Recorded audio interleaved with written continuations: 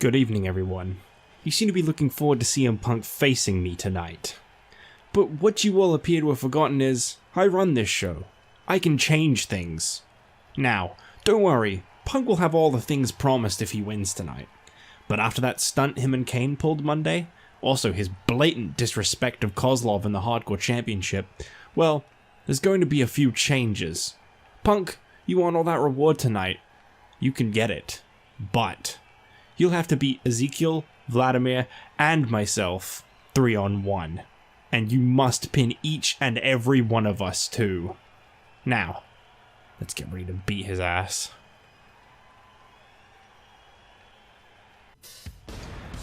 Well, hello and welcome to the season finale of Season 1 of SVR 11...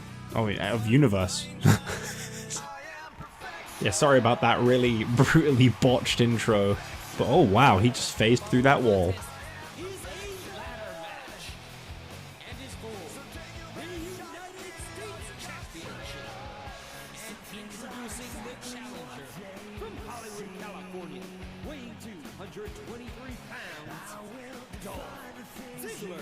But nonetheless, Dolph Ziggler is here. He is set to compete for the United States Championship to kick off Extreme Rules, the season finale here of SVR 11, as we are ready to move on to WWE 12 tomorrow night on Raw.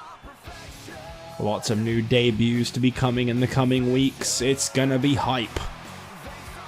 Our roster's gonna get filled back up again. No more like 20-person roster. I feel like I'm playing like GM mode, like the amount I have to use everyone. Because there's just not enough space not to.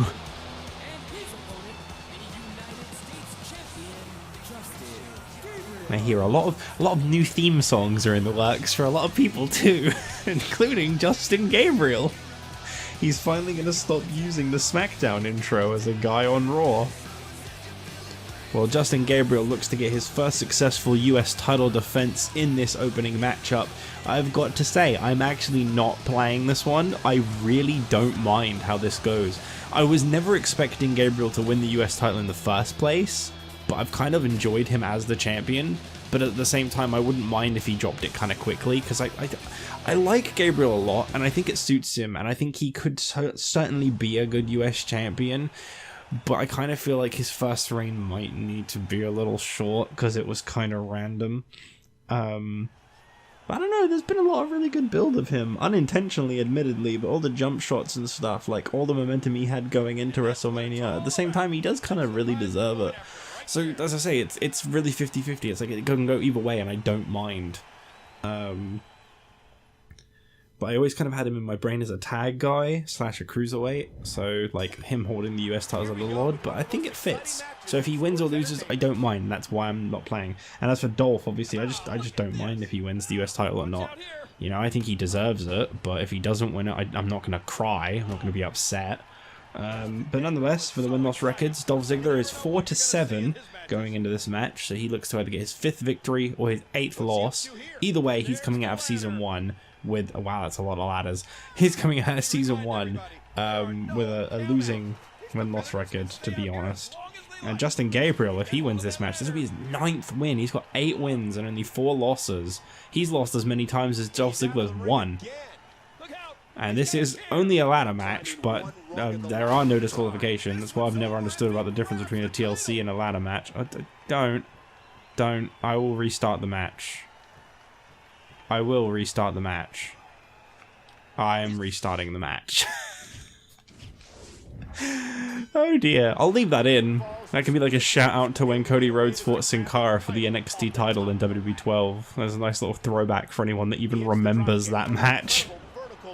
That was like 7 years ago. If you remember that, your memory is fantastic. I had to restart a match because Cody just kind of went up and grabbed the title straight away. And like, Sin Cara did absolutely nothing about it.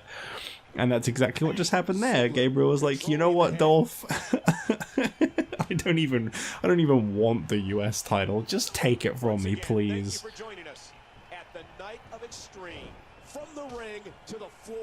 We got 7 matches coming your way on this show. Kicking things off with the United States title. Up next, I believe, will be one of the Women's Championship matches. I'd have to say, between the two, probably the Women's Championship, the Triple Threat, will come up next. As there's been quite a bit of build towards the Divas Championship. There's a little bit of history involved, although it's definitely the more underwhelming matchup between who's involved in it. You know, many people have said Michelle McCool is a great wrestler, and obviously people like Tiny Shiny. Whereas Maryse and Kelly Kelly, I've never really heard people go much on about either, other than like weirdos.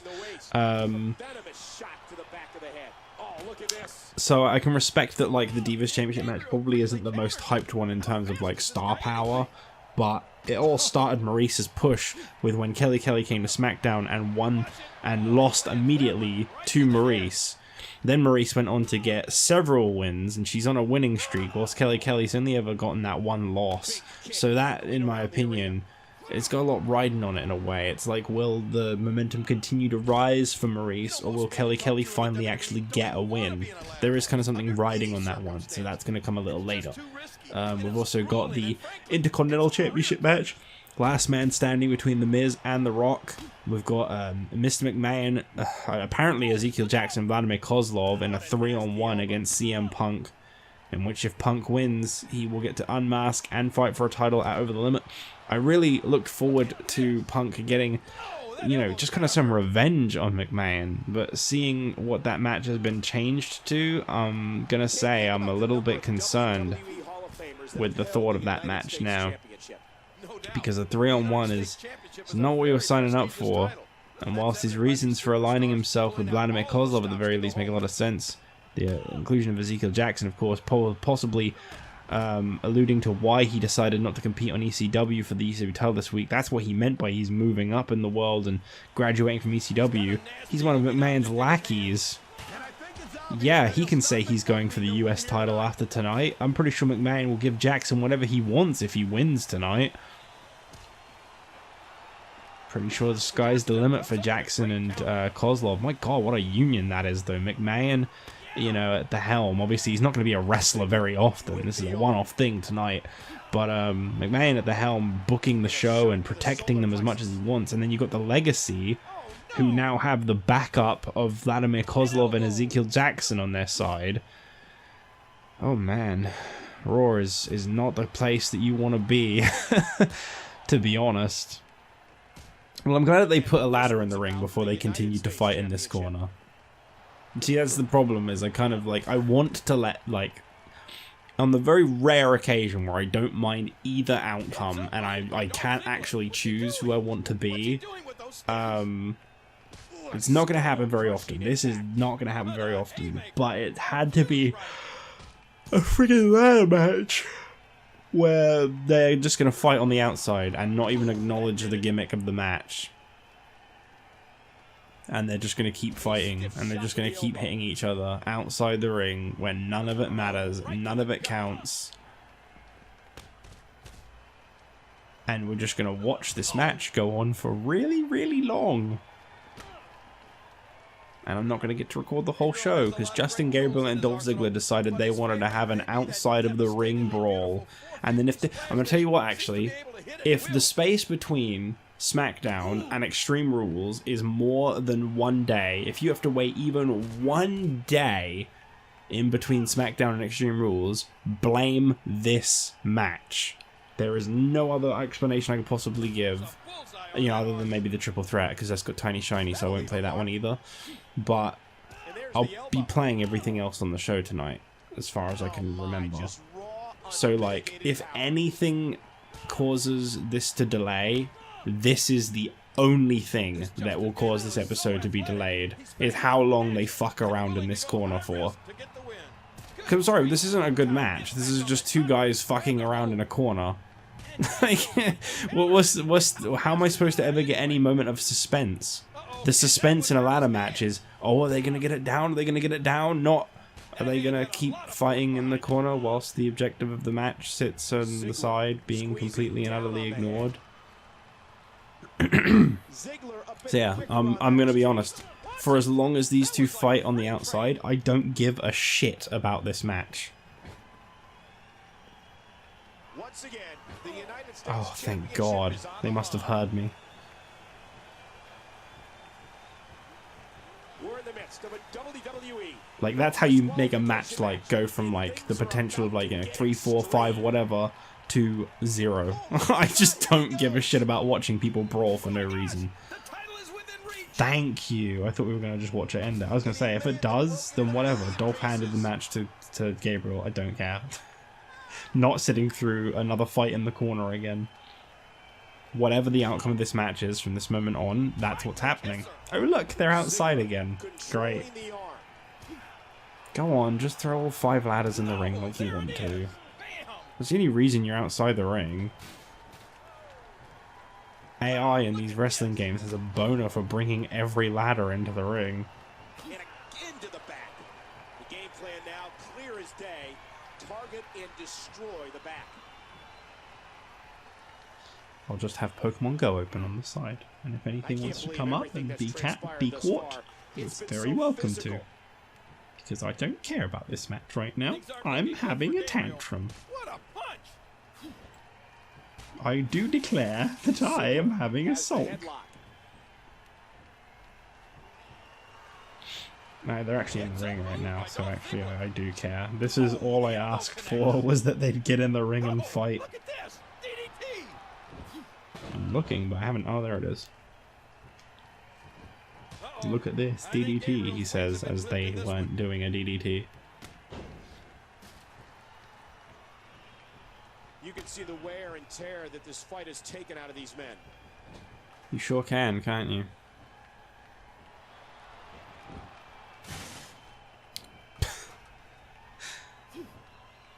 Well, this definitely isn't quite the ladder match that Gabriel won the US title in, is it? It certainly isn't. This is quite lame in comparison, I must say. It's sad, because I remember getting a comment being like, oh, Gabriel versus Ziggler now, there's a match I'm looking forward to. That's like, hey, are you enjoying this? Are you having fun? Oh, this could be good. Oh, damn, that actually connected on a ladder. I didn't think it was going to for a second there. Risks have been taken. I don't know what it says about me that I bought an incense in Pokemon Go. Like, I spent my in-game coins to buy one to use it for 30 minutes. That's how long I'm predicting this match is going to go for. 30 minutes. Why else would you buy that? Yeah, I still play it, by the way. Fuck you. Don't judge me. Probably already wrote that in the comments. Just to play it? Yeah, actually, because I walk a lot, and it's just fun to have a pedometer that's a bit interactive, basically. Why am I playing it right now? Because I'm fucking bored, and they just released the new Pokemon. Don't play matches. Let them play themselves more. It's fun, they said. This is why I stopped recording in the first. Like, I know no one made me. I'm not like saying that I regret making this AI versus AI, because I still am glad I did. I don't know who I'd have win. I couldn't possibly choose, so I'm glad that the game will choose for me. And that is the only time I ever won't. But there are people out there that want me to not play any of the matches, and it's like, this is how bored I would be in every video. If in every match, not just one. Because they do shit like this. It's just like, I don't want to watch that. It's funny for a millisecond, and then it's just sad. And that's the reason I won't watch matches. For the many people that just keep asking. Actually, it's not really that many. But for the people that keep asking me to not play matches, let this be a lesson as to why I won't. Someone, if you're watching this on Twitch, like, clip this. I know you can only make like 30-second clips, I think, but if you can make them longer, then clip this. Share this with the world. Let them know. This is why. Dolph has had a signature for so goddamn long. Just use it. Thank you. I hope Dolph wins. I'm saying it now. I didn't have a pick before, But after their behavior and the fact that Dolph is actually doing what I asked him to the moment I asked for it, I hope Dolph wins. That was vicious. I'm going to give like a live response to a comment I just got. Someone said, bring the European Championship and $1 Million Championship into the series. Well, for one, you've definitely not been watching very carefully. The $1 Million Championship was already in the series. For two, the European Championship's not in this game, and you commented that on like an episode from the week previous to this. So either you mean in the future, or you mean bring it in, which I can't do. Next I'll say, well, okay, sure, I'll do that. And I'll also bring in the WCW title, and the other ECW title, and the other ECW title, and the John Cena US spinner belt, or just use every belt that's in the game. No, I don't mean to be so sarcastic, it's just because it's all there doesn't mean you have to use it all. Oh, well, this is the deciding moment of the match. Whoever falls off, they're losing this match. Well, good night, Gabriel. Oh, God. Oh, Jesus. Well, that's it. Justin Gabriel has lost the United States title. No doubt about it. He is not recovering from that suplex. May have even scraped the ladder that was on its side. Oh, wow. He's actually up. Oh, God. Maybe he's gonna, like, actually... Oh, my God. With the championship at stake, you know these superstars will give everything they have. I'm actually like, that's what this match needed. That was the suspense that I was talking about. That was awesome. I really thought it was over.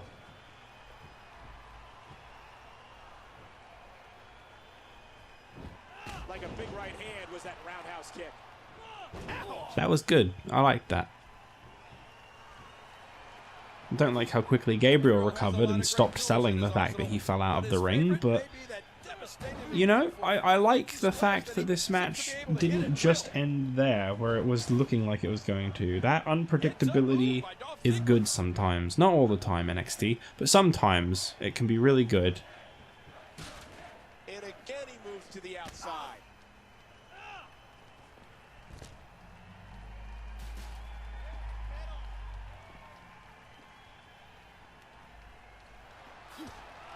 Okie dokie. And that one hurt his hand. They're back out here again.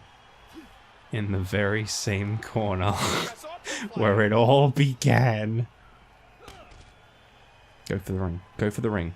Go climb the ladder. One of you two. Just run in there. Get that ladder. Go for that belt. You want that US title. Gabriel, you want to actually successfully defend it once, surely. Ziggler, you just want a belt, surely. I'm going to have to cut some matches short because I've been at this one for about 15, 20-ish minutes now. Like, they are wasting other matches' time. They're doing it again. Just when I started to praise this, just when I started to say, hey, you actually did good, you had to make me look a fool, didn't you? I was starting to actually feel proud of you guys. But now, I feel like sharing the fact that I've caught 3 Pokemon so far, and I am not ashamed. I got me a brand new Pat Rat because they just added Gen 5. Yeah, that's pretty cool. I got me a Bidoof. Didn't need one, just caught it because throwing the ball is fun and I have enough to just throw them away like that, I guess. And I caught me a cast form, and again, I didn't need it and I just threw it away straight away. But you know what? There's a few seconds of fun whilst these two fuck around. There you go. Perfect setup for the finish. Go in the ring and grab that belt. No? Okay. Yeah, the corner. Corner's great because then you throw him in the ring afterwards. Yeah, look at that. Yeah, you're in the ring, buddy. There's no ladders in the ring. Oh, God, they're going to have to leave the ring. Where'd the ladders go? Yeah, that's what we need this far into a match, isn't it? Not the end. We need a rest hold. I mean, it's kind of a submission hold, actually. It's just he's not going to submit. Oh, yeah, that chair. That'll get the job done. Kick in the dick.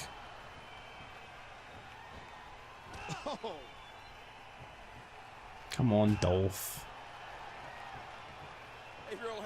No. Yes, that's better. Yes, that's what you need. That's what you need to focus on. The objective. Not fucking around. Winning. The ladder is set up. Dolph has a signature. He's hitting that signature. That leg drop. He's going up. Dolph Ziggler about to become the United States champion. I'm saying it now. He didn't get it. Oh, Gabriel is inhuman. Nope, never mind. He's still got it. Justin Gabriel got to his feet just in time to watch as Dolph Ziggler retrieved his first championship.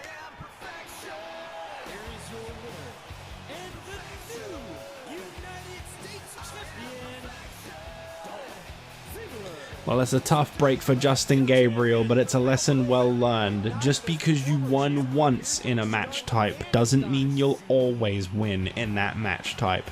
Gabriel won in a ladder match a month ago to become the United States champion. Here tonight he came out boasting pure confidence that because it was a ladder match he was going to win again, and Dolph Ziggler schooled him. He took him to town. Admittedly, they took each other to town. That was a very competitive match.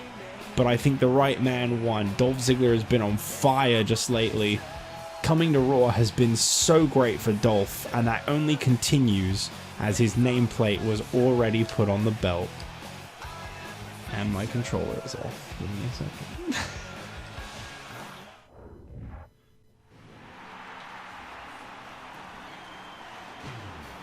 Alright, perhaps it's Tiny Shiny's time. Introducing first, from the United Kingdom, the Scorpion. Tiny Shiny, set to compete for the Women's Championship for the second time in her career. The first, back at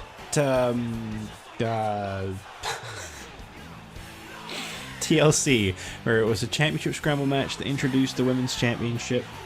Tiny Shiny competed against the likes of McCool, who ended up not winning the match because it was Beth Phoenix that won the Divas Championship, the Women's Championship. Tiny Shiny was in SmackDown originally. McCool would have been in the match though, as well as Maryse, and I want to say Eve was the other one. So I'm going to say that. She has no eyes. There's Brie Bella, the cheater, the one that only won her title shot by cheating because she's a cheater and that's what cheaters do. They cheat to get their opportunities. By the way, Justin Gabriel's final win-loss record for Season 1 is 8-5, just so everybody knows. I mean, you can check these on the wiki anyway, but I'm going to be giving them with each match because, well, it's the final. You got to. Dolph Ziggler ends this season on 5-7 with his first ever championship victory. Here comes the champ. And their opponent from Palatka, Florida, she is the WWE Women's Champion, McCool. You know what? If she keeps this championship, I at least hope she wears it properly in the next season. That's all I ask.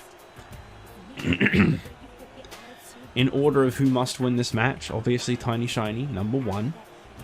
McCool, number 2.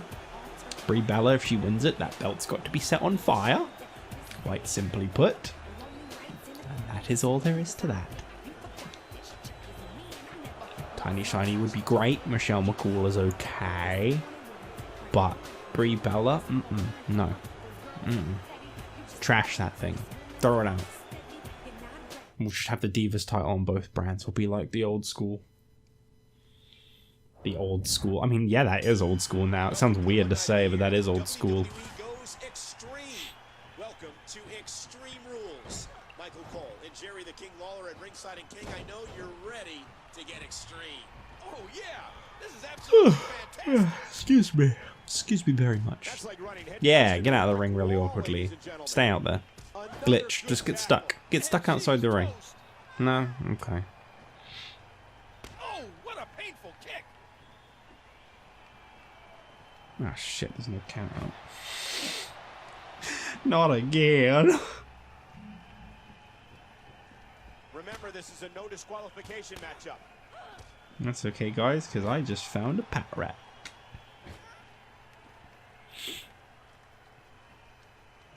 Oh look, they're back in the ring. I can pay attention again. Big right hand right to the chin. What a big right hand right to that fat fucking chin. Oh man, paintbrush. think it was Nikki Bella that actually had a massive chin. Pretty sure one of them did. One of them looked very chiseled. Ooh, that did it. Oh my word, what a slam. Oh my word. I can't think of anything to substitute the word God out for, so I'll just say oh my word. Not oh my goodness. What a kick that was. What a kick, indeed. Great reversal.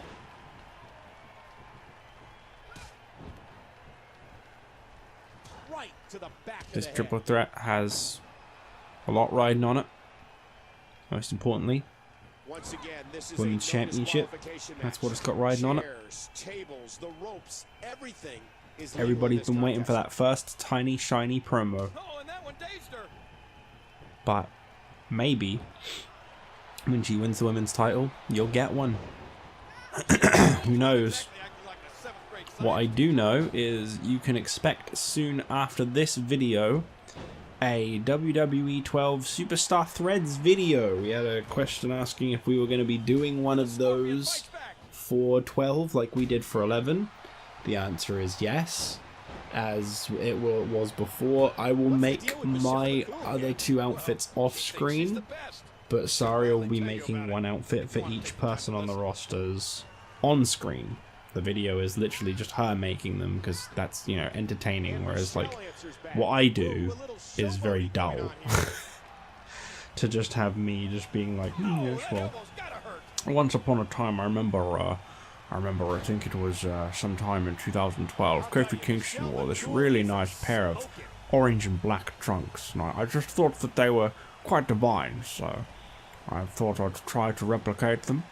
I couldn't remember which part of it was orange and which part was black, so I've just kind of gone for my own twist here.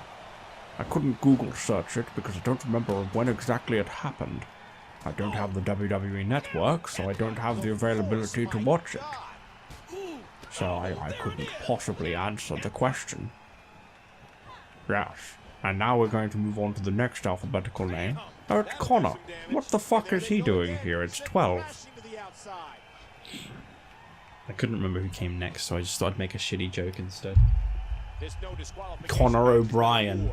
I think he was in like 2013-ish, 12-ish. I don't think that chair is going to be good for much after this match.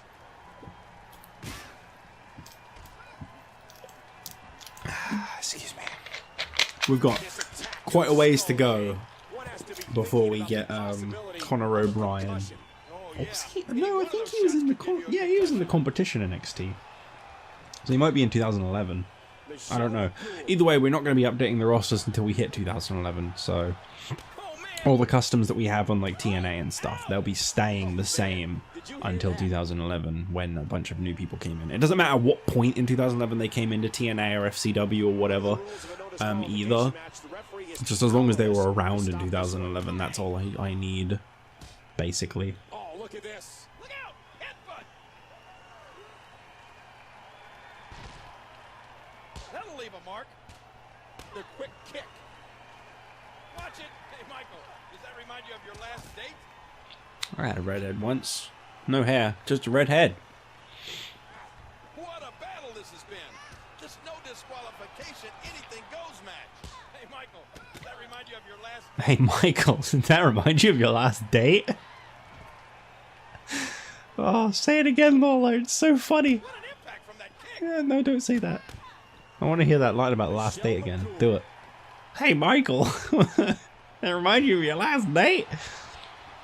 What are you doing, McCool? Just a I like that, like, one's wearing silver and the other's wearing gold, and then there's just the red. You can really tell who doesn't belong in this match. Oh, I should have made it false count anywhere. Or did I? Is that why the referee came outside? I don't think I did. How much more extreme will this match That could have at least then been an Extreme Rules match. I think there's one game, isn't there? Like 12 or... No, I think it's like 14 or 13. One of them where they, like, always get counted out. And I think I had to make every single match false count anywhere.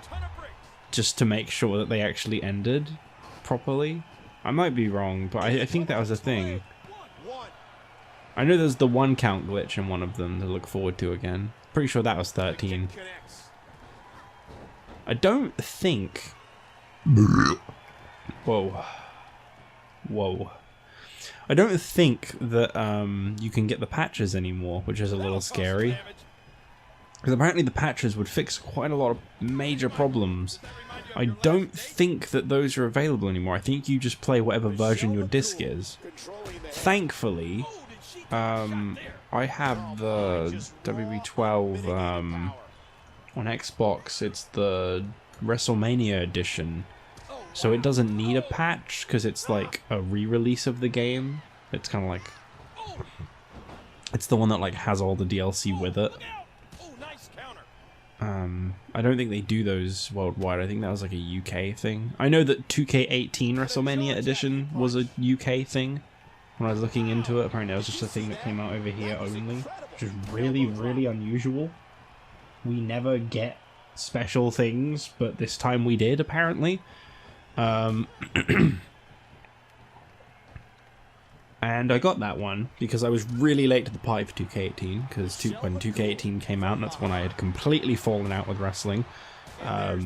Just couldn't stand the thought of it, obviously, because the original universe just burnt out any motivation I had to do with it at all. Took a year for that to come back. Things have gone from bad to worse for Michelle. A swift kick, an elbow. What was I saying? Yeah, so I got the WrestleMania edition for 2K18, and that's really cool. But they didn't do one for 19, so I'm actually really glad that I didn't wait for it. So I was gonna wait for it. I was gonna go. Part of me's like, don't get 19 yet. Get the WrestleMania edition, then you get all the DLC for free, and the game's like really cheap. Because my WrestleMania edition of 2K18 was £20. The game on its own, when they come out, they're like 50. And that's without the DLC that I still don't have for 2K19, which is like another 20. They're like 70 when they come out. And I got it for 20 with all the DLC. She's going for it. I think you even get like the bonus stuff, like the pre-order, like the special edition stuff, if I remember right. What was the special edition for 2K18? I'll look it up, because I don't really care about this match. I'll be completely honest with you guys, I just don't care. The women's title has had like no build up, so why would I? Why did I just search best Virtual Boy games? I don't want to play Virtual Boy. What was it? WWE 2K18 pre-order bonus deluxe edition. What was the deluxe edition? No, not 2K20. Yeah, what came with the early access? Ah, thank you, SmackDown Hotel, for having all the info that the world needs. Yeah, the John Cena stuff. The deluxe edition came with a special version of two versions of John Cena, Batista and Rob Van Dam. And yeah, those were in the WrestleMania edition as well. Crazy. Such a good deal. Apparently that's worth $90 when that came out. 20. Got one for £20. Full season pass, Kurt Angles, John Cena, Batista, Rob Van Dam. Got a really cool packaging too. And there's the elbow. Oh, and I got some of the stuff that was in the Seen Enough one apparently, which was worth $150. Because I remember, obviously I didn't get a John Cena action figure. God forbid. I didn't get a part of a ring mat, admittedly. That's alright, I can live with that. But I did get the supercard stuff. I did get the Cena and Batista and RVD supercard things, which apparently weren't in the deluxe. So that's kind of cool. I did get those. Pretty sure they got really worthless whilst I was still bothering with that piece of shit game, and I ended up like getting rid of them. Supercard sucks. That's such a stupid game. Yeah, and that's it. Yeah, allow me to expand on why Supercard sucks. Because you can put all this effort into getting like all the top stuff, as I did several times over, and in a year's time, everything that you put all that effort into is utter garbage and you just have to piss it away. When they first ever brought in the Money in the Bank mode, I had grinded up to get both of the SummerSlam, because it was just SummerSlam back then. That's how long ago we're talking. I'd grown up to get both the special ones, the like Randy Orton and the Seth Rollins, I think it was. I'd gotten both of them. I'd pro'd them. I'd gotten all 4 of the top rewards. Only time I've ever done that, and I worked fucking hard for that. And I remember when I reached a certain point, when like, you know, like fucking like Titan or whatever the hell, Ultimate Tier, who gives a shit? One of those dumbass things came out, and I had to like clear out my weaker stuff, and I was like, well, I might as well grind away my Seth Rollins and Randy Orton pros that I'd worked so hard to get. I might as well just feed them to this Ultimate Big Cass I have, because now Ultimate Big Cass has 10 times the stats that this thing I worked really fucking hard for has. And it's just, and then obviously, you know, Ultimate Big Cass goes into fucking Beast Matt Hardy or some shit. And it's just like, it's just this endless cycle of work your ass off, piss it all away. And I was just like, that is a garbage game. Absolutely terrible. And I find that it's quite an unhealthy game to play too, because it's quite addictive.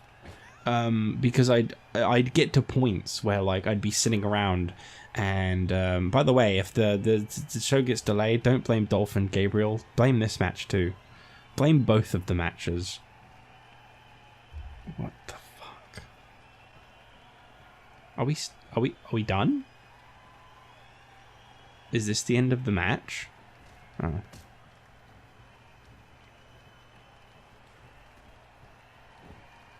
Yeah, I'm starting to learn that triple threat matches are a mistake. It's just that I don't like rigging Tiny Shiny's matches. You guys know that. That's like a rule. Nemesis and Tiny Shiny, I try to stay out of their matches.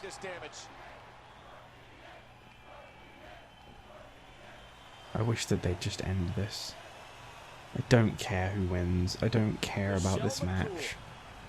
Yeah, what was I saying? Supercard. Yeah, it's like unhealthily addicting too, because like I find that I'd play it really mindlessly. Like I'd sit there and I'd just be tapping my phone screen, not looking at it at all, just tapping away with my thumb, no viewing of the screen whatsoever.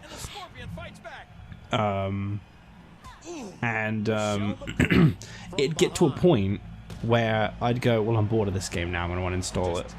But I'd keep getting it back because I wanted something to do with my hand when I was watching shows and stuff. I was just like bored.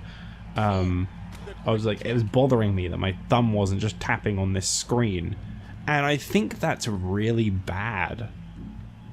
And that's my review of Supercard. Like, it's not only a really shit game, but depending on how much you just mindlessly play it, you kind of become almost like micro-dependent on it. Like, you kind of just want it there to fill your time. I am so fucking sick of this match. There aren't words.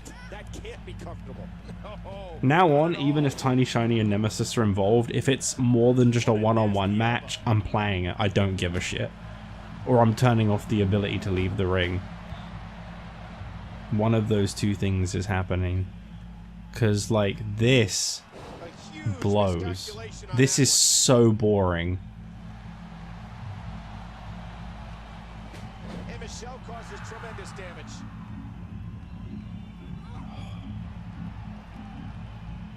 I know you're Tiny Shiny, but could you have just taken the pin, please? Or just pin someone now? You probably tried to and they reversed it because this is SVR 11. Okay, don't you go for a pin. Oh man, did you hear that? Michelle McCool. Pin her. Just pin her now. Pin her now. You don't have to hit a finisher. You don't have to hit a signature. Just go for the pin. No. Get off that top rope.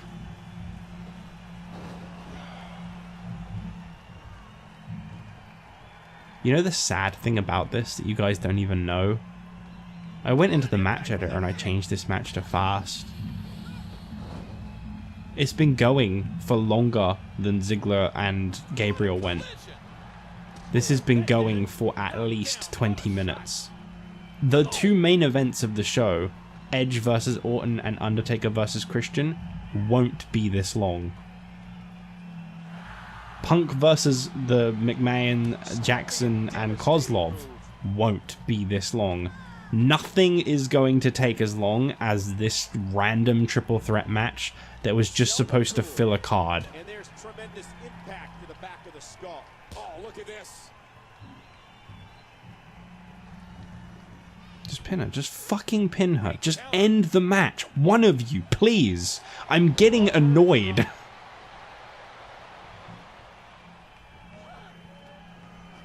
A flying forearm.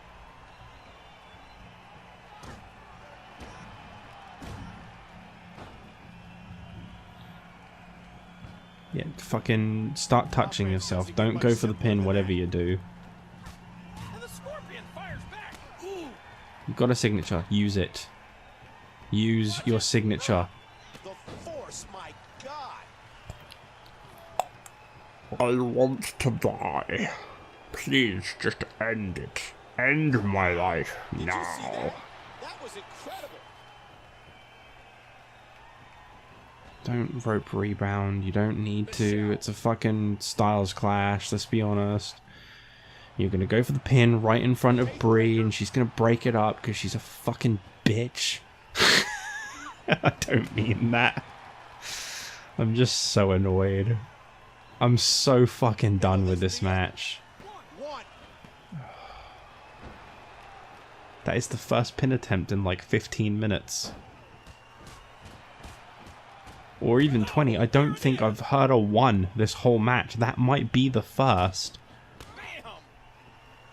Get away from the ropes. Get in the ring. Get in the fucking ring. I am not playing around. Get in the fucking ring now. That'll do some damage. Oh, man. I'll just fucking delete the women's championship. How's about that? We'll just get rid of it. No one will be the champion. This outcome will mean nothing and they can all just fuck off. These three. Okay, maybe not Tiny Shiny. These two. Oh, that elbow's gotta hurt. And go fight in the back for like 40 minutes or whatever. Oh, don't even. And she slaps Oh, on the fuck submission. off. Will this be it? Okay, she just randomly released it. Trash talking. I know I want this match to end, but if Brie Bella can not win, that'd be great too.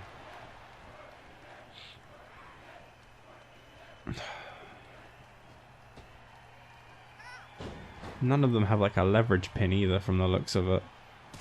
They can't just randomly do a roll up. And they're so... like the AI is so goddamn stupid in this game that it will only go for a win when they've hit a finisher or a signature. Or not even a signature, just a finisher. I stand corrected. Counter that was. You know, my incense in Pokemon Go ran out. It's been over 30 minutes. I've got 1 hour to finish this entire show.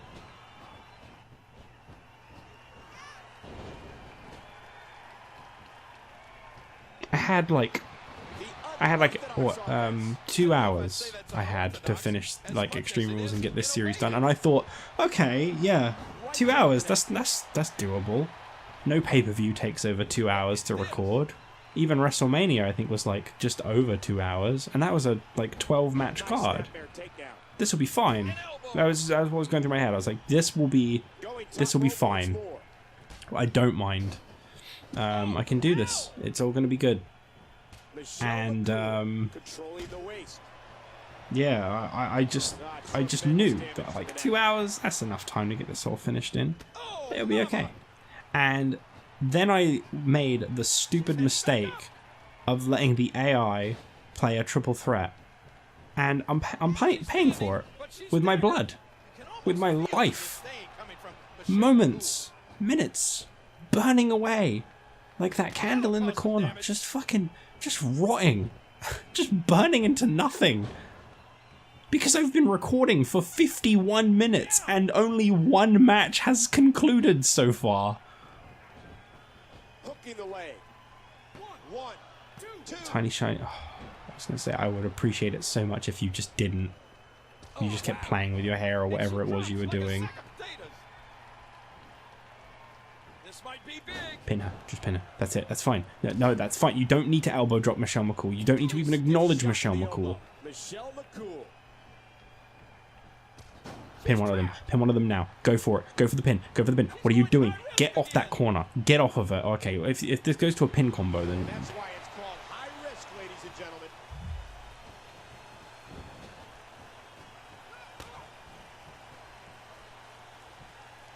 Okay, yep, chop, yep, do the chop, yeah, that's cool. Pin her.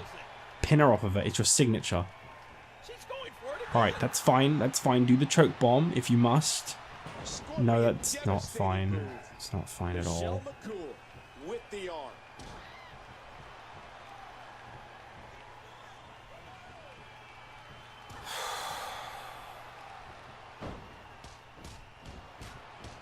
I'm gonna say it now. I'm laying down the law at this minute, which is 52 minutes and a half into the recording. I declare that oh my god, you did have the ability, you asshole. Oh no. And then Brie Bella's gonna come over and break it up.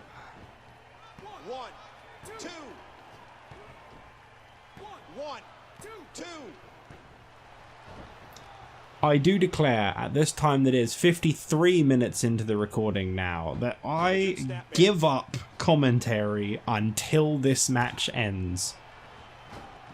Enjoy. A swift kick.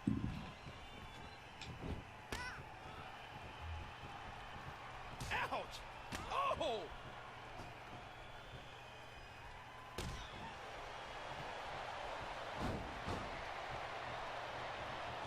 Oh no! Oh, tremendous right hand to the temple. And the Scorpion fires back. Oh, unloading with the right hand. Ooh. A sharp kick. Another shot with the boot.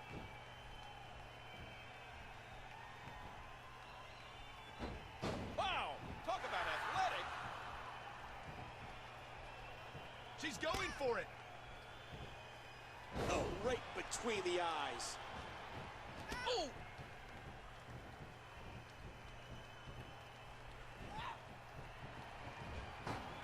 A vicious elbow drop delivered with a lot of force.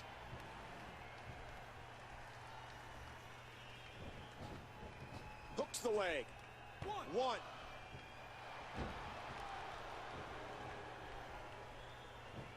Oh. Now with complete control.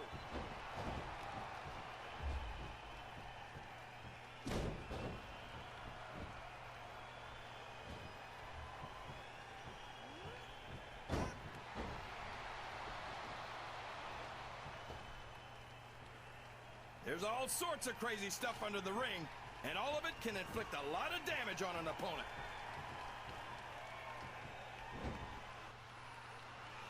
One, two. There's the save. How close was that? Oh my, get the medics down here. Oh, that did it. Oh! Get ready to see more damage done with that chair. Into the cover, hooks the leg. One, two, three. And Michelle McCool. Oh my god, I don't even know what ended it. I was watching a video about an optical illusion on Raw where apparently Dolph Ziggler's nose bent and AJ Styles' eyes closed. I don't fucking know, it was on my YouTube recommended, whatever. I don't give two shits, fuck off. Alright, we are back. Never ask me to watch matches again.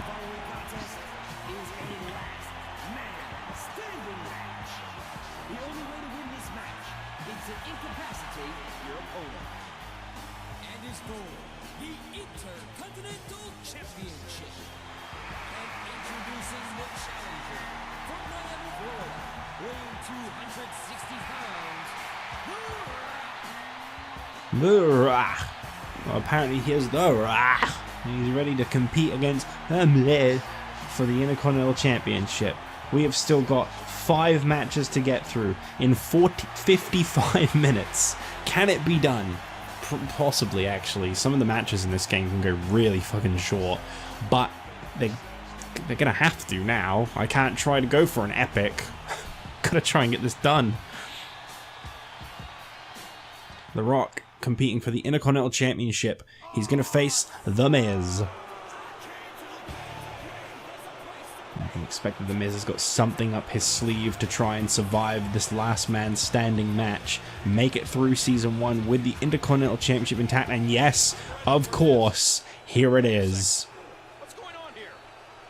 That quick blindside by The Miz may honestly be enough to screw The Rock almost immediately. Tonight's last man standing match, and this one's going to be a physically brutal battle. As brutal as they I tried to turn him over. Where's the button not working? That's fine, I'll just run around him. Oh, that was funny. Well, what I was gonna do was I was gonna actually leave him on the floor and have The Miz just cheat the whole fucking match, just from the bell ring. Like he jumps The Rock, he clotheslines him, and then he just keeps doing this. And you know what? That's exactly what I'm gonna go for. Oh damn, The Rock is pissed. Oh Jesus, The Rock is pissed.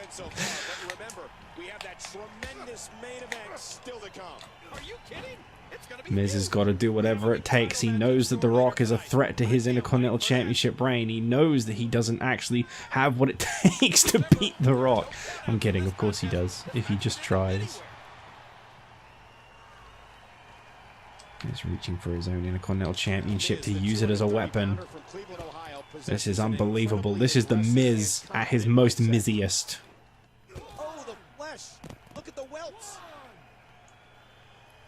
This was never a fair fight from the beginning.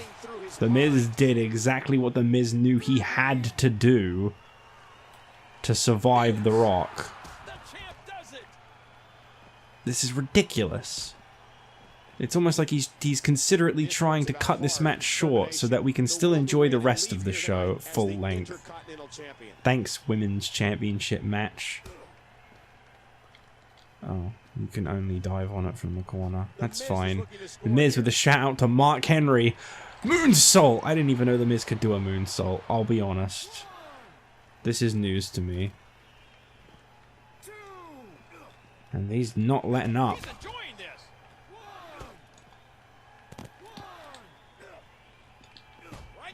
Every single opportunity The Miz gets, he's not even letting the referee count. He's trying to make sure that there's only one count that needs to be made, and it is for The Miz to retain the Intercontinental Championship. You know exactly what he was looking for there. But you've got to give the devil his due. He's good, but he knows it. I don't think that was his intentions. And of course, at that given moment, that's when The Miz is able to connect. Can I help him up?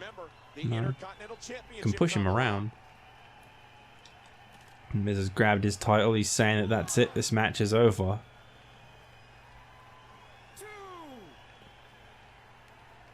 Miz wasted absolutely no time in mugging The Rock of this match.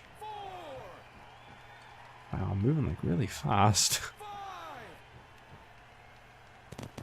Well, there's no doubt that The Miz thinks he's awesome.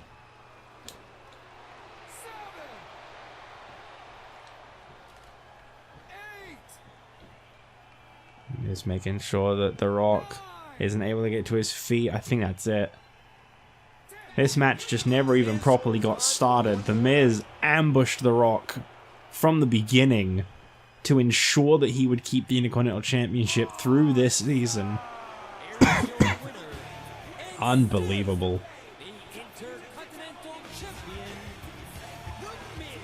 Well, that's what it takes when you're the leader of the Misfits and you're the longest reigning champion. Sometimes you gotta cheat your way through a match, and that is exactly what we just witnessed. The Miz stole this match. There is no way anyone could argue that he deserved that victory, but it doesn't matter because he did exactly what it took to keep the championship. The thing about Extreme Rules is that a lot of matches on this show start whenever one of the competitors say they start, and that's exactly what the Miz took advantage of in that one. Up next, the Divas Championship. Well, from one cheater to another, the Miz quickly getting that victory for the Intercontinental title, and now Maryse set to try and win the Divas Championship.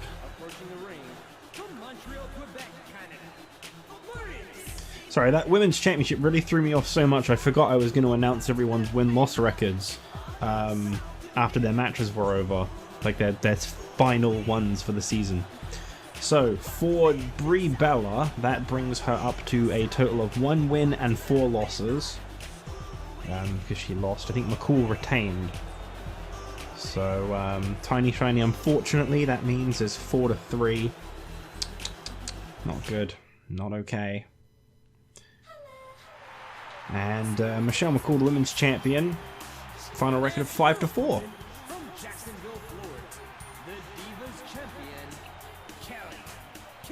From SmackDown, The Rock now finishes on 4-5 after losing on both Oh no, sorry, 5-4 because he won on SmackDown. It's just that it was by disqualification. Yeah, he's 5-4, and The Miz finishes this season at 11-8. And now we're on to this Divas Championship match, which is between Kelly and Maryse. So I'll just get that ready, because I'm not going to bother announcing what they've got beforehand. I'll announce what they've got afterwards. That makes more sense, to be honest. Maryse said that Kelly is a flash-in-the-pan champion, that she won't survive with the Divas Championship for very long. And Maryse has since then defeated Kelly, admittedly via a cheap shot and roll-up. She's defeated Eve in the same kind of fashion.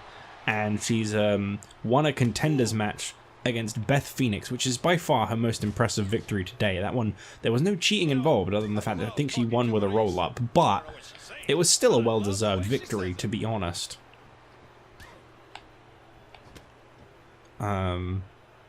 Maryse has definitely shown that she can go, whereas Kelly, her only victory to date is for the Divas Championship. She really needs this win. Some argue that she didn't really deserve it at WrestleMania either. She just managed to be a part of the Divas Championship match and make it out with that victory. It's kind of like a feel-good moment for a loser. Maryse is definitely taking some shades of her partner, The Miz. Yeah, I'm acknowledging it now. Look at that. I hadn't acknowledged it before, but I'm suddenly mentioning it now. Gotta wonder if Maryse is involved at all in the Misfits and their attempt at winning all the gold on SmackDown. I mean, she certainly could provide to that. That's the one belt that obviously the Miz and the boys can't win, but Maryse can, and as the partner of the Miz, it's actually quite a sensible way to go. You know, unless John Morrison can get Melina back, but that ain't happening. Kelly goes behind. Zack Ryder wouldn't be associated with a girl if his life depended on it. I'm kidding. He was associated with Eve. I think he's actually been involved, from what I've heard, with quite a lot of the women's wrestlers that they've had over the years.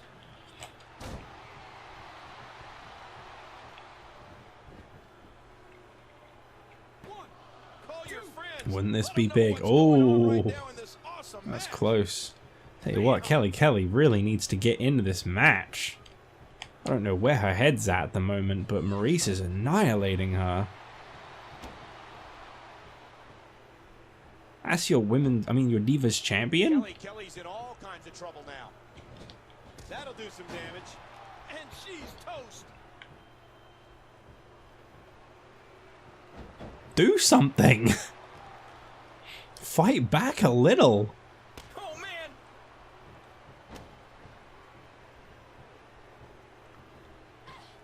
Oh, there you go.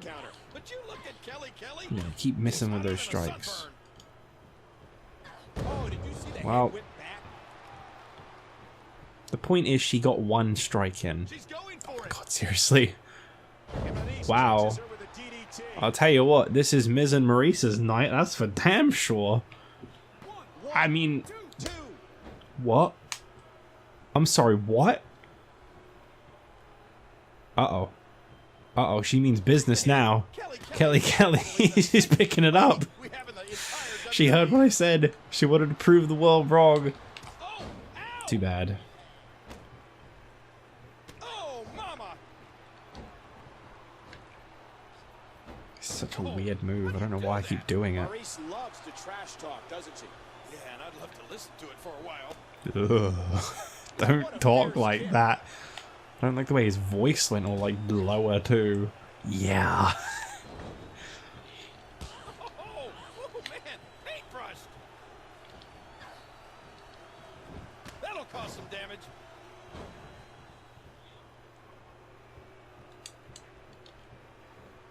Oh my, just raw. Just kick after kick between these two. Oh, look at that forearm. Look at that forearm. Loads of people do that forearm, but look at that forearm. Oh.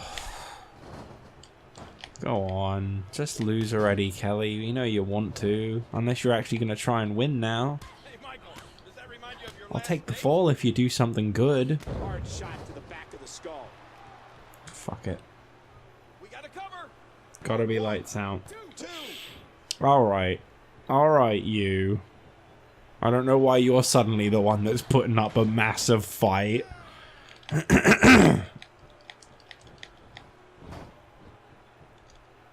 no, not again. Maryse catches her with a DDT. Well, there it is. The French kiss DDT. Really not a very finisher sounding move, but it is. And here's the pin. And there's your Divas champion. That was undisputably just the death of Kelly in motion. Here is your winner, Maryse. Well, obviously I can't set up Divas and women's championship matches because of the glitch doesn't work because there's no extra belt to give them. It's not locked to Universe. But Maryse is the Divas champion. Excuse me, my voice is really dying. She's the third to ever hold it, from Melina to Kelly to Maryse. And realistically, I'm starting to think the transition was really just Melina to Maryse. I don't think Maryse is going to be a very underwhelming champion because she's been on the rise lately, and that victory was very impressive. We've received news that Undertaker was in the parking lot. There's no footage of what happened, but Teddy Long has just come to find that he has been laid out. Well, it is showtime for CM Punk, and he is really braving something tough in his way. He's scheduled for one fall. Approaching the ring from Chicago, Illinois, weighing 222 pounds, CM We've been told, and I'm not sure how much truth there is to this, but apparently Mr. McMahon has got maximum security on the building tonight, and Kane has been locked out of the arena. There is no way for him to get in. This is going to be CM Punk's battle to fight alone if he wants to remove that mask, and if he wants a world title opportunity. He has got to beat Ezekiel Jackson, Vladimir Kozlov, and the boss himself in a 3-on-1 handicap match. And his opponent from Harlem, New York, weighing 309 pounds, Ezekiel Jackson. This is a 3-on-1 situation, and that guy right there is one of the biggest, baddest forces Raw has had to offer in a long time. He gave up the ECW Championship rematch, saying that he had bigger and better things to do and that he was looking to become United States Champion right after Extreme Rules. And I think I know where he got the idea that he'd be getting a US title shot from now. McMahon obviously said, "You work with me, I'll give you whatever you want." Ezekiel Jackson working with the hardcore champion Vladimir Kozlov to try and take out CM Punk. This is gonna be brutal for Punk, but I think... No, I don't know if he could do it, to be honest. But for the record, because I hadn't actually given them just yet, Kelly is now finishing this series on a 1-4 record, whilst Maryse closes this out on a positive, I believe. Yeah, 4-3. Full comeback in these last few weeks. In fact, in this last month, she's been on every SmackDown in the last month, and she's won every single match except for this last week. She wasn't on this Friday. She won every single match, and now she's the Divas champion. That is what you call the ascension of the ranks right there. But yeah, let's get real for a minute here. We've got a really big night on our hands. It's the season finale, and two huge things that have happened tonight. One is the twist in this 3-on-1 match that was originally supposed to be Punk versus McMahon in an Extreme Rules match, and we're waiting on the arrival of the boss himself. And that's Vladimir Kozlov. Okay, we're gonna skip that cutscene. Mr. McMahon ran out and attacked CM Punk. Or not. I don't know. Punk attacked CM... I don't know. Mr. McMahon came out and Punk hit him. Whatever. Something along those lines happened. Ignore the fact that Kozlov was standing over McMahon, whatever you do, because that just doesn't add up to what's gonna happen in this match. This is going to be absolutely brutal, and there you see Punk doing exactly what he's been wanting to do. He's getting his hands on the boss. Once again, something that he was doing with Kane just this past Monday. This is an elimination style match, by the way. It's not enough that he's got to go through as many people as he has. Punk is also going to have to pin each and every member of this match at some point if he wants that mask removed, if he wants to go to over the limit with a title opportunity. It's going to be really tough for CM Punk to overcome these odds. I'll tell you what, if he does, he's very well set to win the World Heavyweight Championship at Over the Limit, that's for sure. Wow. That was literally the entire ring in length.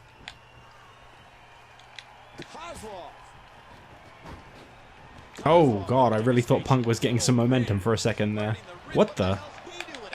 Well, let's not forget that Kozlov was used as the expense of a joke by McMahon against, Tyson Kidd was used at the expense of a joke at the hands of McMahon. What the hell is Tyson Kidd doing? I can't believe everything that's transpired thus far. It's been so physical.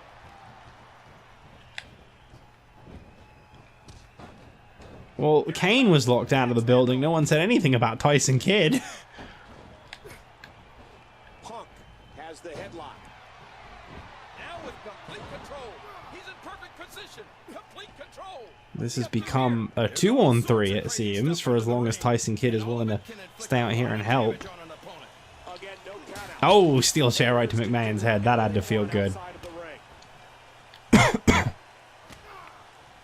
The hardcore champion took huge offense to CM Punk's disrespect, and Tyson Kidd. I mean, does it count? If Jackson taps, does that count? Punk sees Jackson laid out in the center of the, or on the side of the ring. There's no ropes though, no rope break even. And I was about to say, I think Tyson Kidd's work here is done. He's gone straight for the boss. Looking for another object of some sort. And I think it's obvious that he'll stop at nothing to win here tonight. I cannot believe what I am seeing. The odds have not exactly been evened, but Tyson Kidd has taken a stand. What a battle this has been. There's no disqualification. Anything goes, man. He's managed to distract them enough to get Punk some leverage in this match. And that's what really counts here. I think Tyson Kidd may be out now. Got to think about his own health, really. I think he wanted to help, but only that little bit. Kozlov is just focused on destruction. God, Ezekiel Jackson's speed. Those X's on CM Sledgehammer straight to McMahon's gut. The boss really suffering at the hands of Punk. Devastating, devastating impact on the outside. This Falls Count Anywhere Extreme Rules match. Punk reversed it. I'm seeing two bodies laid out and CM Punk in control, and I'm not believing my own eyes.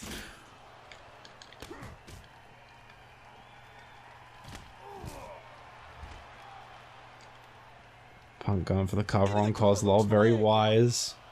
And he stops the count.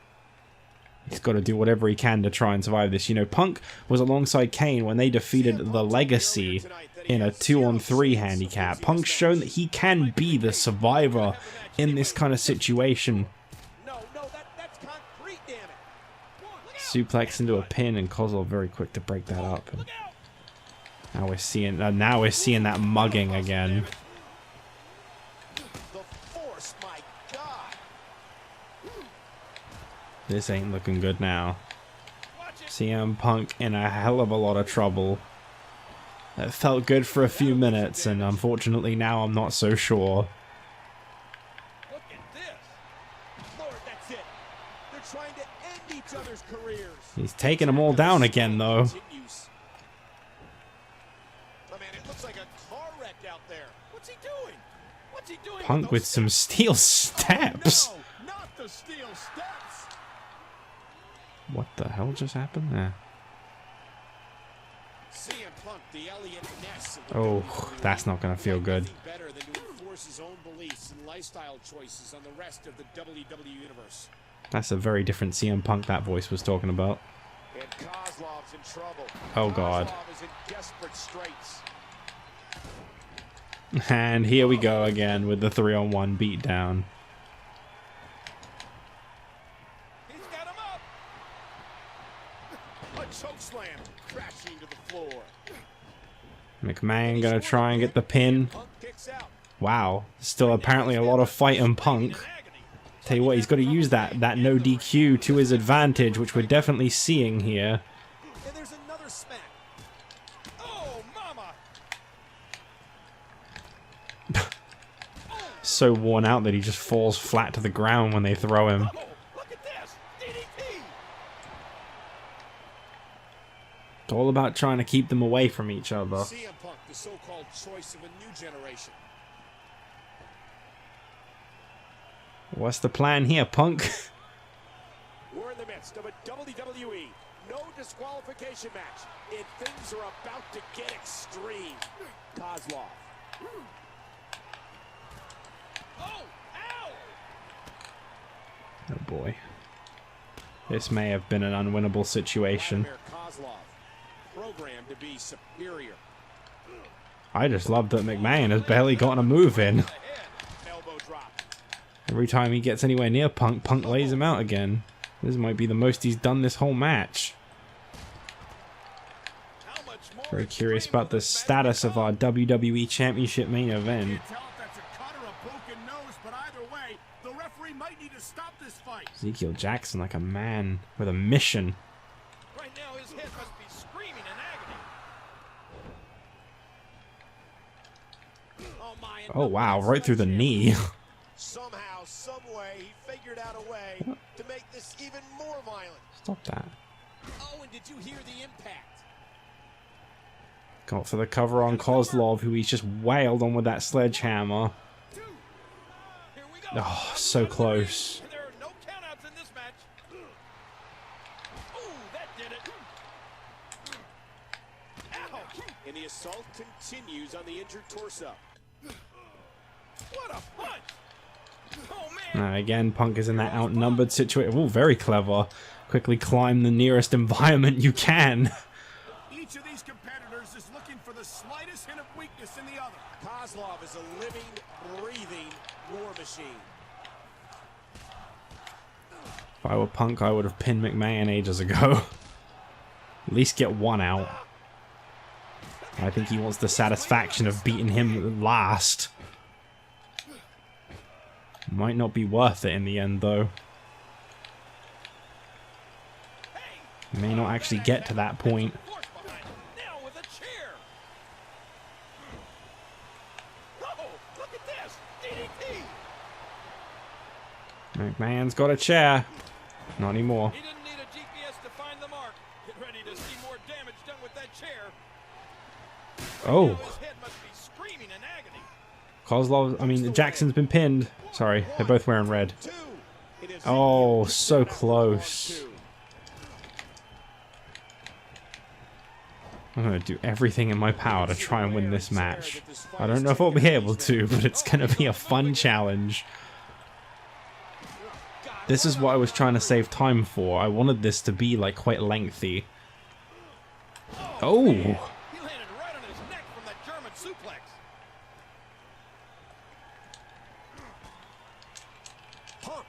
Oh my god. We might actually see an elimination. Referee's heading over. Both men are down. One is out. That does not make Punk the hardcore champion. The title was not on the line for anyone wondering. It's only when recognized as being a hardcore championship match does it count. Punk controlling the head. Jackson's in trouble. He's looking to do more damage with that object. And again, CM Punk is all over both men in this match. Look at the arrogance of CM Punk. I don't knock a guy for having beliefs, but I can't stand how Punk thinks he's better than everybody else. You gotta be kidding me. This would be incredible. Oh no. Punk was going for the go to sleep, but he fought out the last moment. Hooking the leg. No rope breaks. Ah, damn. Ezekiel Jackson wins. Well, Ezekiel Jackson got the job done for McMahon, reversing that GTS, and that was all Punk had in him. Here are your winners, Ezekiel Jackson, Vladimir Kozlov, and Mr. McMahon. Well, you can't win them all, and unfortunately for CM Punk, he got screwed in this one.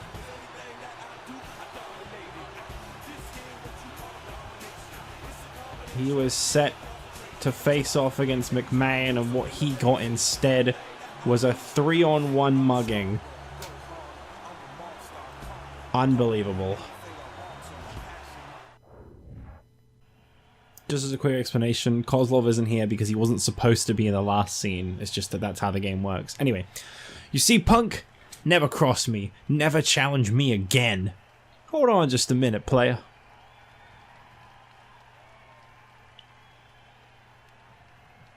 He looks happy. You have been abusing your power, and boy do I have news for you. You're going to compete one more time tonight, Vince, and it's going to be a tag team match. You have no power over me. What the hell are you talking about? Well, I don't, but I was sent here by the chairman. Get ready, Vince. Same rules. What does this mean for Mr. McMahon? Same tag team match? Same rules?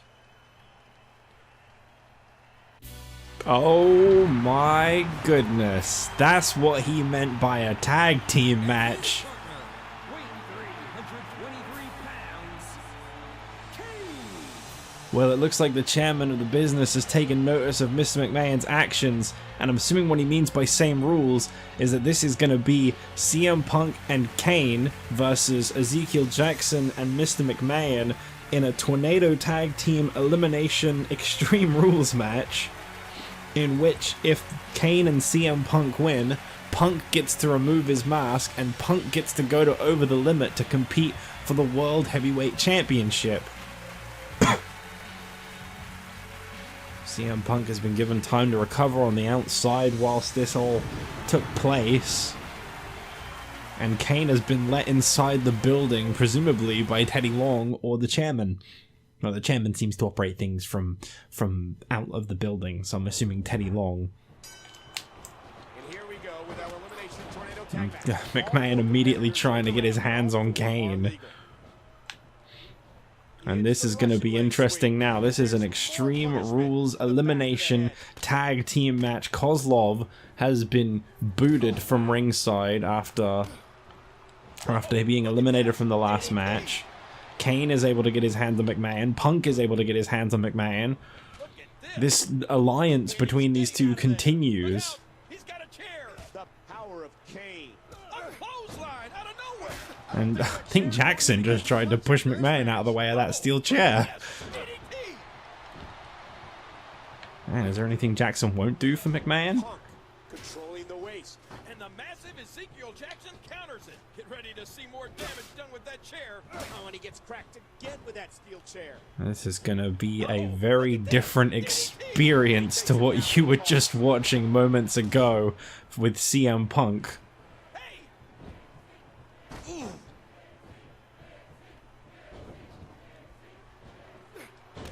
You know, CM Punk likes to play at being Surgeon General.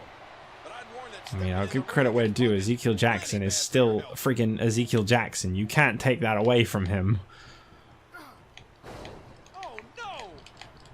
But Mr. McMahon is now potentially going to be quite outnumbered if Jackson ever gets eliminated. I mean, admittedly, I could see Punk getting eliminated quite easily from this. Axe handle! You know, okay, they've been cleared of their blood a little bit. Punk's had a little bit of rest up on the outside, etc., etc. That doesn't really mean a whole lot. Man, just getting thrown around by Kane. This is definitely not something I would have thought we would have seen when Mr. McMahon first ever introduced himself as the Raw General Manager, that's for sure. Who knew we were dealing with such a power freak? Well, anybody that knows Mr. McMahon, really. His chest a deep purple.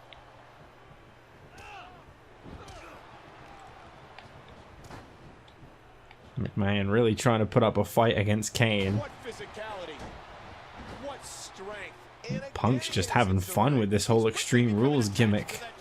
Oh no, he's just obsessed with punishing that back.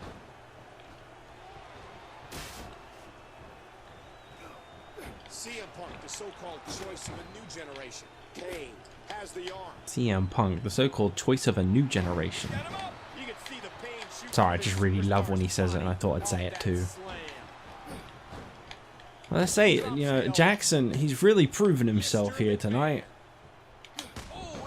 I mean, admittedly, it was originally 1-on-3. He didn't really have a whole lot to prove.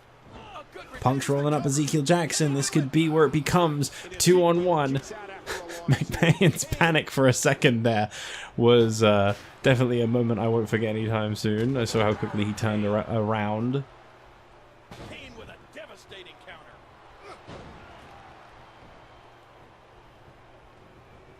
Uh-oh, Kane going for some kind of rope rebound choke slam. Oh my, what a choke slam. What a spine-shattering choke slam by Kane. CM Punk just watching Kane's back, and here's the moment you've been waiting for. Don't do this! Don't do These two are going to destroy that man. And the knuckles connect. Oh, right to the gut. Oh, and did you CM hear the Punk was about to have to deal with one great injustice, but it looks like the tables were turned on Mr. McMahon. attitude as he is talent, and both of those are extreme. For a guy whose main event just fell apart with Undertaker being in the parking lot, Teddy Long, I suppose, at least got a little bit of relief in getting to do that to him. Displaying some of that tremendous ego. Kane controlling the head. Oh, he's going for the eyes. No, Such a no, quick- no. Watch it. Punk goes behind. Punk Oh. pushing the offense, allowing no timeouts in this match. He's got him up. Man, really trying to put up a fight still at this point. Referee is powerless to stop this one. I don't know if that's brave or stupid. I mean, I guess he's been told he has to. Kane. You don't really argue with your superiors. He's in Mr. McMahon might be the Raw General Manager, but he's definitely not Punk's ultimate superior. Look at the arrogance of Or CM Kane's, Punk. for that matter. I don't knock a guy for having beliefs, but I can't stand how Punk thinks he's better than everybody. Vintage Kane. Big boot to the face of McMahon, and now Kane. How much? Not again. Another choke slam. Got all of it. Kane. But that's not it. No, of course. Couldn't just have fun, could we, McMahon? You know exactly what I was going to do, and you didn't want me to let me do it. Great reversal.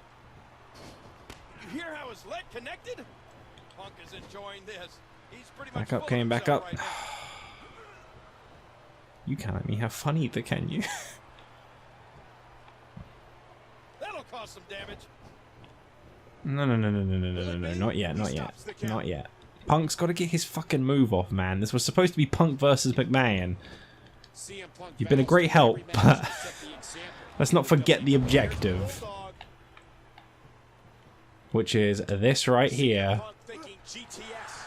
Something we've all been waiting to see. Good night. What? No. Kane. Yeah, I know, you should be face palming right now. It's like, oh, stupid. Messed it up. There you go. What? Because a go to sleep and a choke slam just aren't enough to keep McMahon down.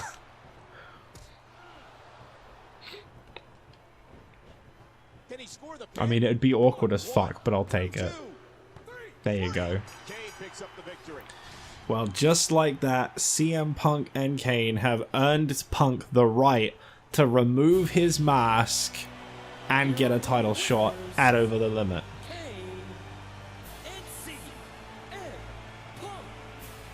Absolutely amazing. We knew he felt he had to win this one tonight. I mean, there's absolutely no way to underscore how Well, there you amazing go. he is.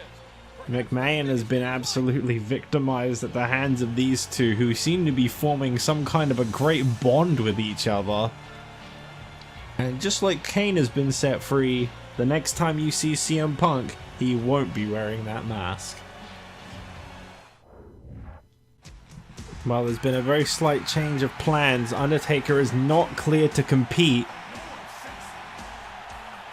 so it will be Shawn Michaels getting his rematch from WrestleMania. He's actually going to get given a rematch, despite the fact that he never successfully defended the WWE title.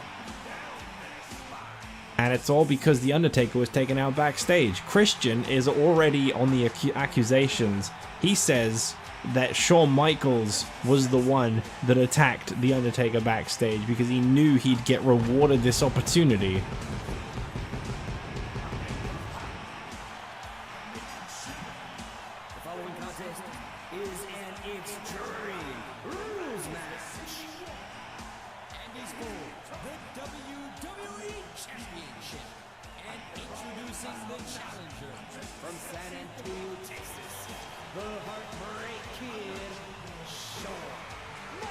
For the record, that brings Ezekiel Jackson to 9-5, as he got a win and a loss tonight. That brings Vladimir Kozlov up to just 7-5, as he won the 3-on-1 despite being eliminated. They still won, but he did not compete in the tag match, so he didn't lose. McMahon has obviously now got his own record, and he is 1-1. That brings Kane up a single point to find a record of 10-8. And CM Punk's final record for Season 1 is 8-16. And that's what he'll be closing the season out on. And now we focus on this match up here. Christian, heavily booed by the audience. I think everyone expects that it was Christian that did that to The Undertaker. And this really doesn't help his case. Christian has kind of become a whatever it takes kind of guy when it comes to keeping the WWE Championship intact. What's HBK thinking about as the match gets underway? This is his first ever title defense. He wanted to make sure that he did not drop the ball, that he was able to retain the title immediately. And this is not who he was scheduled to face. But the kill switch connecting on Shawn Michaels, and Christian already looking to try and end this match. Wow. That might be one of the shortest world title matches I've ever seen. Christian with a cheap shot from behind and a kill switch to keep hold of his WWE title. And I think just about everyone on Earth thinks that Christian did it. Who else would take out The Undertaker than the man who was choke-slammed into a pit of fire by The Undertaker? Christian insists he's innocent. He didn't do it. This will be a very interesting situation as it develops.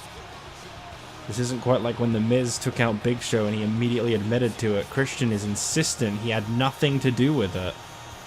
I guess we'll find out more about this in the next season, this Friday on SmackDown, as things continue.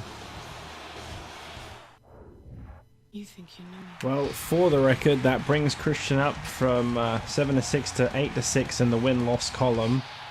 And that brings Shawn Michaels down to 8-9. Sorry, he won on SmackDown, didn't he? 9-9 to 1. As we move on to our main event, the final match of Season 1, this TLC main event.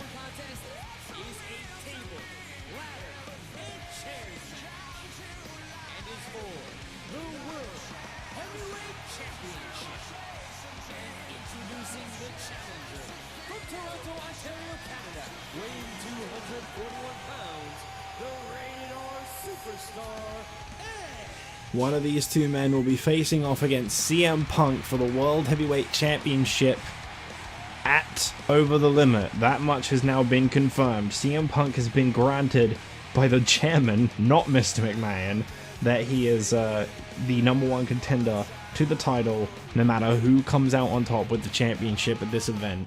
Something that Punk has wanted for so long, he's finally going to get. The arrival of the World Heavyweight Champion, Randy Orton. I mean, this is the most SVR 11 way to close out a series, really, isn't it? Because that's all SVR 11 ever did for Universe. It was just run-ins. It was just heel turns and run-ins. That's all it ever wanted to do, and of course that's what it's going to do now too.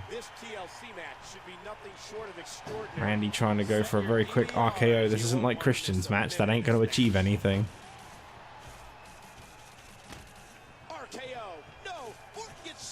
What the hell are you talking about, Cole? Yeah, now you can say that. Whoa! I think it's safe to say, King, that he's not at 100% after that brutal assault. Well, Edge went through a whole contenders tournament to get to where he is tonight, and of course he'd be attacked by Randy Orton almost immediately. For those wondering, a very interesting bit of symbolism here. Edge deciding to wear the outfit which he was named contender to the title in. A little bit of, as I say, symbolism, very clearly. If you're the one to grab the title, you get to wear it home tonight. Why would you wear it home? Orton with the arm. You can expect a lot of carnage in a TLC match. The first and only to this date one-on-one TLC match that took place within the series. Jack Swagger versus Triple H at TLC. A legendary moment for Jack Swagger. Although he wasn't victorious in the match, I think it really established that he is a top dog. And that one day when he cashes in that Money in the Bank ladder match, he's going to be a world champion. That Money in the Bank ladder, I don't know why he's called that. The Money in the Bank briefcase. He's going to be world champion, world heavyweight or WWE. And I think he's going to really rule that show. Not to just, you know, take a giant dump all over the guy, but Christian is a very easy target at the moment too. He'll take you out from behind in a parking lot, but he won't face you face to face. Christian has always said he'll do whatever it takes to keep the WWE title. I find it no coincidence that Undertaker was then found in a parking lot. Christian is not innocent. And until proven otherwise, he is definitely not innocent. Orton into the headlock. Did you hear that Oh. smack? That's human flesh. I don't like the way that Edge's leg clicked onto that ladder there. What a nasty elbow. Randy Orton making every part of TLC count. He's going back up. He's made it back to the title. Can he bring it down this time? Orton's getting a little bit sick of Edge going for that title. Edge, who's had a history of neck problems, won't feel any better after that move. Now with a chair. Not even trying to go for it. Orton is all about hurting Edge. Edge is all about winning this TLC match. Brain has to be reeling from this attack. The Legacy have definitely had a bit of a shot in terms of confidence in them as a group since that handicap loss to Kane and Punk. I think they definitely redeemed themselves a little bit this Monday on Raw, but I think that handicap is still haunting them a little bit, and I think Randy Orton is I think what we're seeing right now is a man obsessing.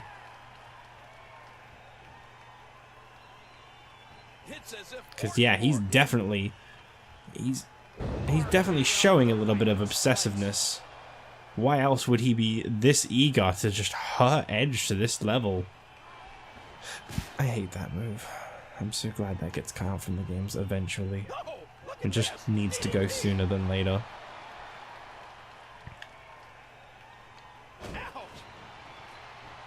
Edge has been busted open. He is being brutalized. His face is absolutely covered in blood. And it's at that moment that Edge started to fight back.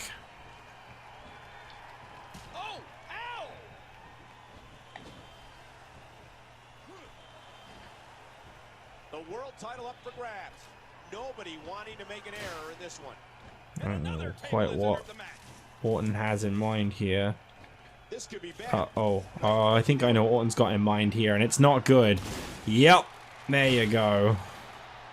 No, my God, bodies are everywhere. More damage with the ladder. Wow. Really just establishing dominance. That's all Orton's trying to do. It's like he goes into some sort of zone. He's in some sort of strange place in his head. We've seen such a mixture of things here tonight. Incredibly long competitive matches. Some very short-lived ones. But now we're just seeing an absolute beating of another human being. I say, it's like Orton's having fun with it. Edge has got his eyes on the prize, 100%. Here he goes again. And now the war is continuing on the steel rungs of the ladder. Reversal. Orton reversed it. Once again, see, he just hops right off. It's like that's his secondary objective, but his prime objective is just, like, I don't know, retiring Edge. Believe that. You know, anybody that thinks there's something good in everybody hasn't met Randy Orton.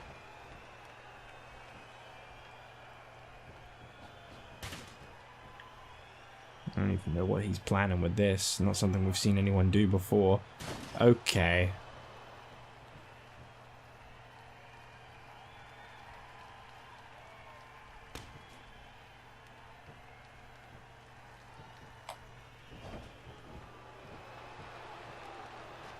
Edge. I don't really like this. Edge continues to oh, hang on a second. Orton might have just blown it. Oh boy. Oh, that's not good for Edge at all. Oh, well, he managed to avoid the table. That's what matters. That's a tremendous feat when you think about it. Randy Orton thinking through every move. A sharp elbow drop. I think that might be Edge's advantage in this match. Is just Orton's lust for punishment might cost him. The champ does it.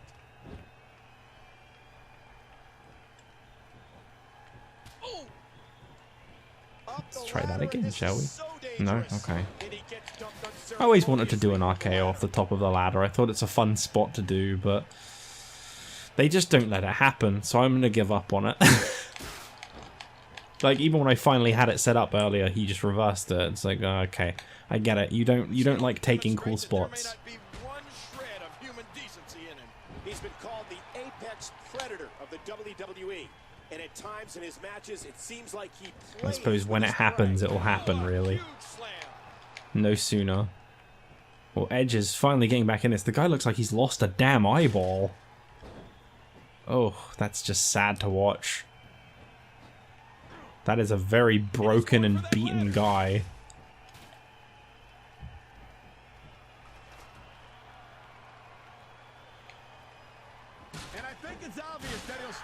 Well, this is the perfect opening for Edge, actually. He's just knocked Orton off the apron. No, Orton's still in this. Edge has made a career out of being very opportunistic. He knows how to capitalize. Yeah, I always like the RKO through the table. I did it once. Back when I used to play this when I wasn't recording it. I did it once. Like an RKO through like 2 stacked tables, actually, I think it was. And it was just the most satisfying, like, crash I've ever done in a game. bringing that championship Oh. down. He has it. He got Well, the title. Orton is not the World Heavyweight Champion anymore. Champion. You think you know? And Edge put himself through a table on the way down. Okay.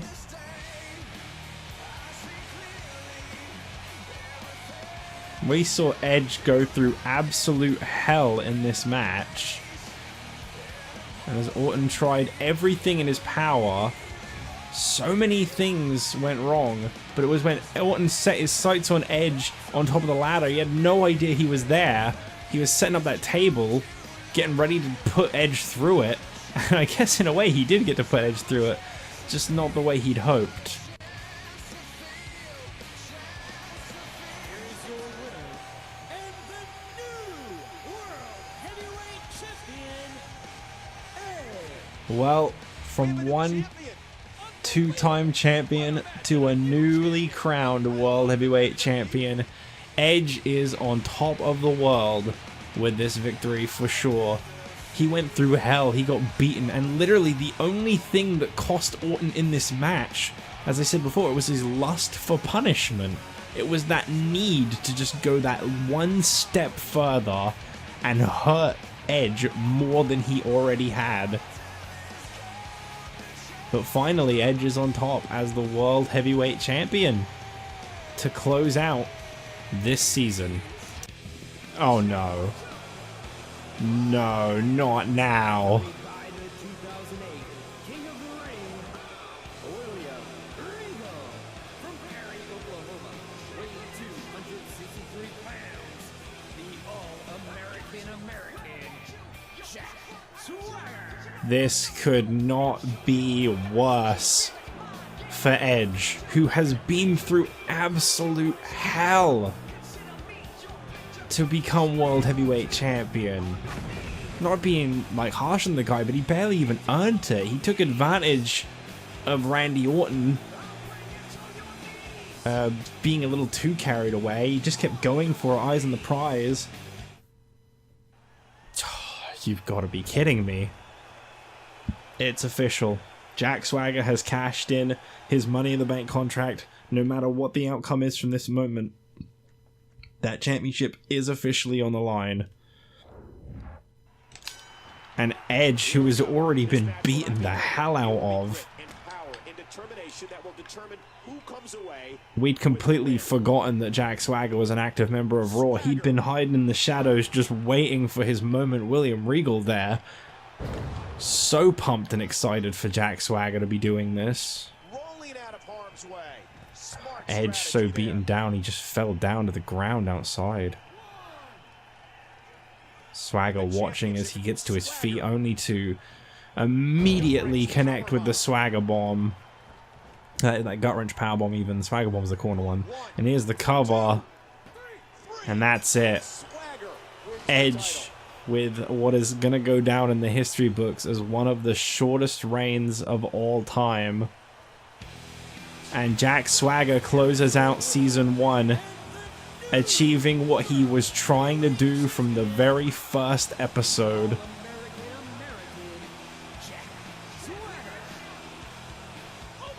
He won Money in the Bank at WrestleMania. He had until July to cash in. He was just waiting for that right moment. And there it is. Jack Swagger is your new World Heavyweight Champion. Edge's moment stolen from him before it could ever really begin. Okay, well, a lot of crazy stuff went down on this episode, that's for sure. Ezekiel Jackson defeated CM Punk. What was a David and Goliath victory. Shawn Michaels and Christian are now enemies. Edge and Randy Orton are now enemies. The enemies thing really doesn't matter because we're past that. Unfortunately, I've got to take that away from Edge. Jack Swagger already swiping it away. That was the only reason I let that result with Edge winning happen, for the record. Especially the fact that he put himself through a table on the way down. I just thought, well, he's just beaten up. He's so beat. He should get cashed in on. You'd be stupid not to. I also need to change the Divas champion because it doesn't let you book those, so I have to do that as well. But I think that's it. I think everything's been adjusted correctly. The only other title changes that happened were, what was it, Maryse, Jack Swagger, well, technically Edge, then Jack Swagger, and Dolph Ziggler. I think those were the only title changes to take place in the show, because Miz retained, Christian retained, and McCool retained. Excuse me for forgetting the most awful match of the show. Nothing really to report on. Not that I can tell anything to report on. I don't think there's anything there that's new. I could be wrong, but I don't think so.